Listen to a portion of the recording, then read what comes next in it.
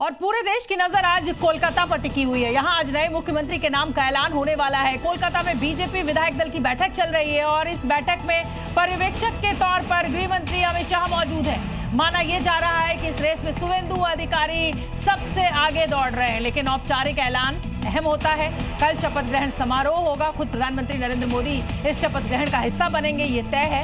लेकिन शपथ लेने वाले नाम का ऐलान अभी तक नहीं हुआ है और लगातार कयासों का दौर चल रहा है। लेकिन शुवेंदु अधिकारी की पीठ जरूर थपथपाई है। गृह मंत्री अमित शाह ने उनको शाबाशी दी है, उनकी तारीफ की है, तो इससे कहीं ना कहीं अंदाजा ये निकल रहा है कि शुवेंदु अधिकारी मुख्यमंत्री पद की दौड़ में सबसे आगे हैं, क्योंकि गृह मंत्री अमित शाह का तारीफ करना कहीं ना कहीं कुछ मायने तो जरूर रखता है और इसीलिए ये कयास भी लग रहा है। थोड़ी देर में बंगाल के मुख्यमंत्री के नाम का ऐलान हो जाएगा। मेरे साथ दो मेहमान जुड़ रहे हैं बीजेपी से। मेरे साथ आरपी सिंह साहब जुड़ेंगे और मेरे साथ सीनियर जर्नलिस्ट विजय त्रिवेदी स्टूडियो में मौजूद है। चर्चा हम शुरू करेंगे, लेकिन इस समय की बड़ी खबर आपको बता दें। शुवेंदु अधिकारी होंगे पश्चिम बंगाल के मुख्यमंत्री। 2 उप मुख्यमंत्री बनाए जाएंगे, एक महिला उप मुख्यमंत्री हो सकती है। ये बड़ी खबर इस समय की बंगाल से हमें मिल रही है। हालांकि अभी ये खबर औपचारिक रूप से कोई सूचना बीजेपी की तरफ से या एनडीए की तरफ से नहीं आई है, लेकिन जो जानकारी हमें मिल रही है हमारे पुख्ता सूत्रों से, वो ये हमें बता रहे हैं कि एक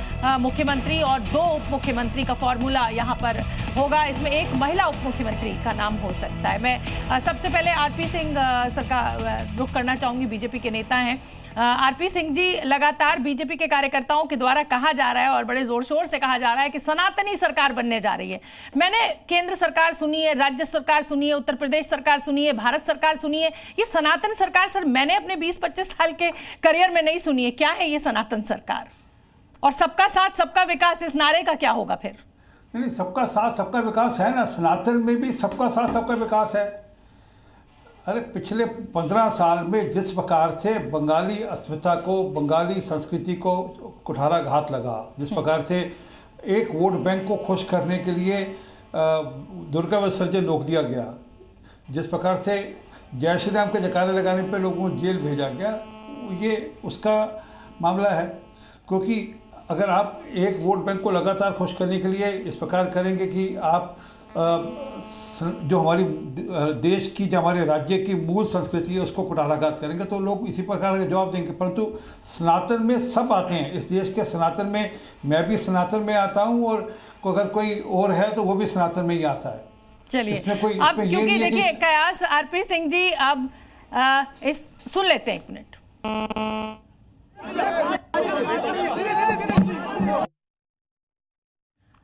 हम कोशिश कर रहे थे, वहाँ पर कुछ मेहमान हमारे साथ बंगाल से जुड़ रहे थे, लेकिन ये देखिए किस तरीके का सेलिब्रेशन चल रहा है।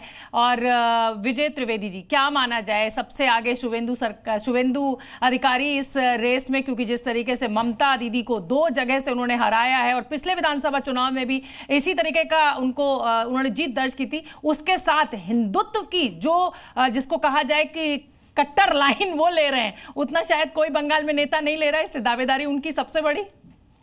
देखिए, दावेदारी के लिए तो मैं कह सकता हूँ कि दावेदारी बड़ी है, लेकिन आपको ये नाम तो आरपी सिंह वैसे ही आसानी से बता देते। आपने उनसे पूछा नहीं। आरपी सिंह साहब को पता रहता है कि अमित शाह जी क्या सोच रहे हैं, प्रधानमंत्री जी क्या सोच रहे हैं।